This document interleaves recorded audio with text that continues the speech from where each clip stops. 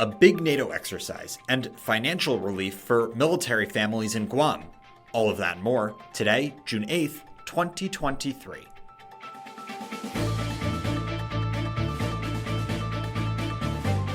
Good morning, Early Birds. I'm Jonathan Lehrfeld, and this is the Early Bird Brief, produced by Defense News and Military Times. First up, Germany is preparing to host the biggest air deployment exercise in NATO's history. Officials said the show of force is intended to send a warning to potential adversaries like Russia. The Air Defender 23 exercise starts next week. 10,000 participants and 250 aircraft from 25 nations will respond to a simulated attack on a NATO member country. The United States alone is sending 2,000 U.S. Air National Guard personnel and about 100 aircraft to take part in the training. Here's why it matters. Russia's invasion of Ukraine in February 2022 has jolted NATO into preparing for an attack on its territory. Air Defender, the German-led aviation counterpart to the U.S. Army's annual Defender Europe exercise, has been in the works since 2018. NATO applicant Sweden is also participating in the exercise. So is Japan. This is the Air Guard's biggest transatlantic deployment since the Gulf War. That's what Air National Guard boss Lieutenant General Michael Lowe told our team in April. Airmen will face simulated surface-to-air missiles, electronic communication jammers, and other replicas of real threats. Some could be told to work through their options after sustaining battle damage. One challenge for airmen is ensuring that ground crews can take care of any type of aircraft anywhere they go in NATO. That means that ground crews can adapt if weather, damage, or an attack diverts an aircraft from its route. Authorities said the drill will cause some disruption to civilian flights in Europe during the period. Another important story, many residents of Guam are still without power. That includes hundreds of military members and families. Now, military relief societies have stepped in with $1.7 million in grants to help families after the devastation caused by Super Typhoon Mawar. Navy Marine Corps Relief Society has provided more than $820,000 in grants to 1,748 active duty members and 55 retirees since the storm. Other agencies are also helping. The Air Force Aid Society has provided at least $715,200 in grants to airmen and guardians living in Guam who were affected by the storm. About 2,000 airmen and guardians are stationed on Guam, mostly at Andersen Air Force Base. More than 800 Coast Guard members, including active duty, civilian employees, and their families, have been affected in recent weeks. To date, Coast Guard Mutual Assistance has reportedly provided $128,500 in grants to 164 clients, including 146 active duty, 14 reserve, and 4 civilians.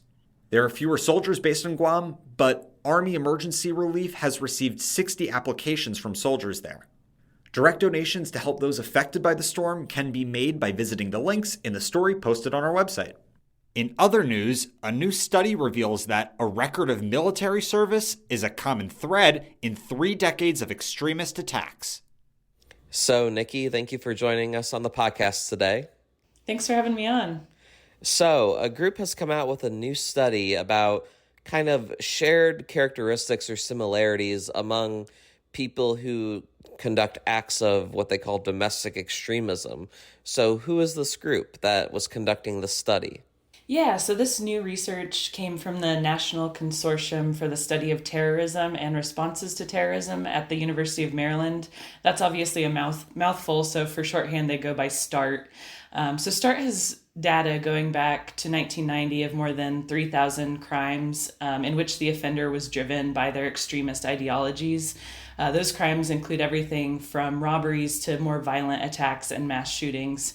So researchers at START set out to understand what characteristics separated the people who committed or plotted mass casualty attacks from other types of criminals in their database. And what they found was that there's some common things going on. The common threads included prior run-ins with the law, mental health issues, belonging to extremist cliques online. But the most common characteristics they found among this group was a record of military service. So in their words, they said a military background was the single strongest predictor of whether an offender in this database of extremist crimes was involved in a mass casualty attack. And that wasn't something they thought that, they would find while doing this review. Could you kind of take listeners through the results and the data that came out of this report?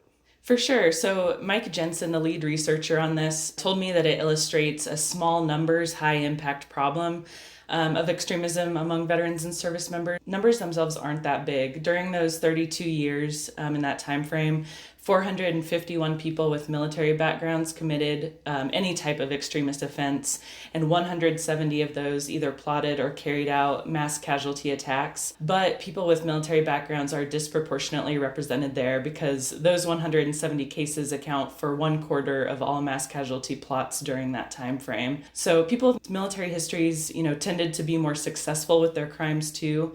Overall, most plots like these are foiled by law enforcement before people can put those plots into action and actually commit violence, thankfully. But 9% of mass casualty attacks planned by veterans or service members were deemed successful, meaning they killed 4 or more people.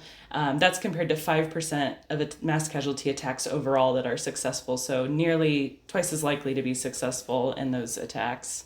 Wow. And so how often do these attacks happen? You said that small problem, large impact. So how prevalent are these attacks?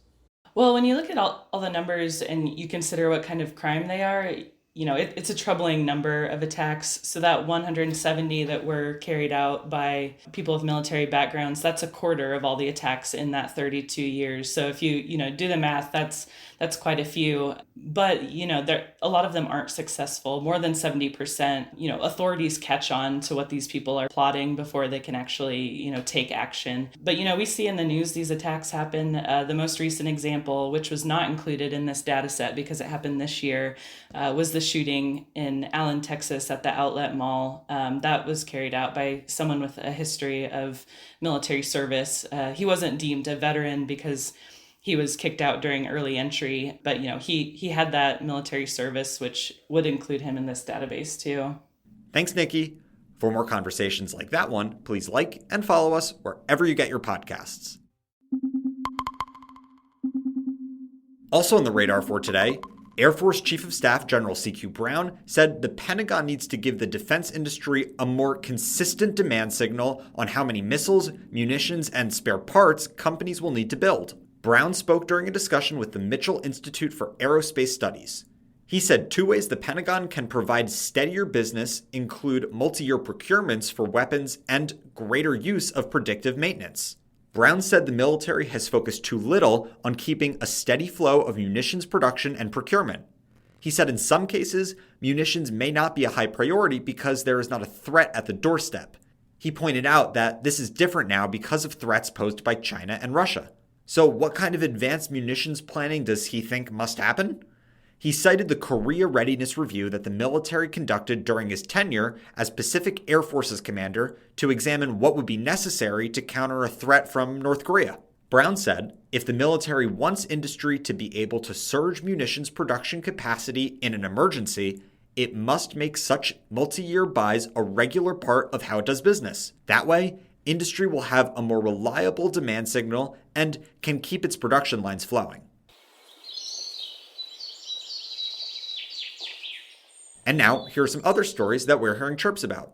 A Navy veteran and member of the Oath Keepers extremist group who stormed the Capitol on January 6, 2021, and bragged about it in text messages, pleaded guilty on Tuesday to obstructing Congress. Purdue University's Applied Research Institute opened the doors to a new hypersonics facility June 6th. It was designed in part to support the Pentagon's high-speed vehicle research and testing efforts. And Reuters reported Sudan's warring military factions are restarting ceasefire talks sponsored by the United States and Saudi Arabia. And on this day in history, in 1967, during the Six-Day War, Israeli aircraft and torpedo boats attacked the USS Liberty in international waters off the Gaza Strip. Israel later apologized for the attack and offered millions in compensation, claiming that it had mistaken the Liberty for an Egyptian ship.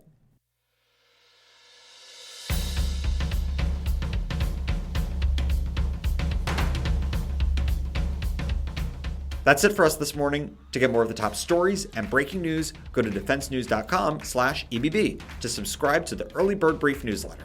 If you liked what you heard, give us a like wherever you get your podcasts, and be sure to follow us on social media at defense_news and at Military Times. Also, please rate us and be sure to leave a comment. The Early Bird Brief is hosted by me, Jonathan Lehrfeld, and produced by Simone Z. Perez.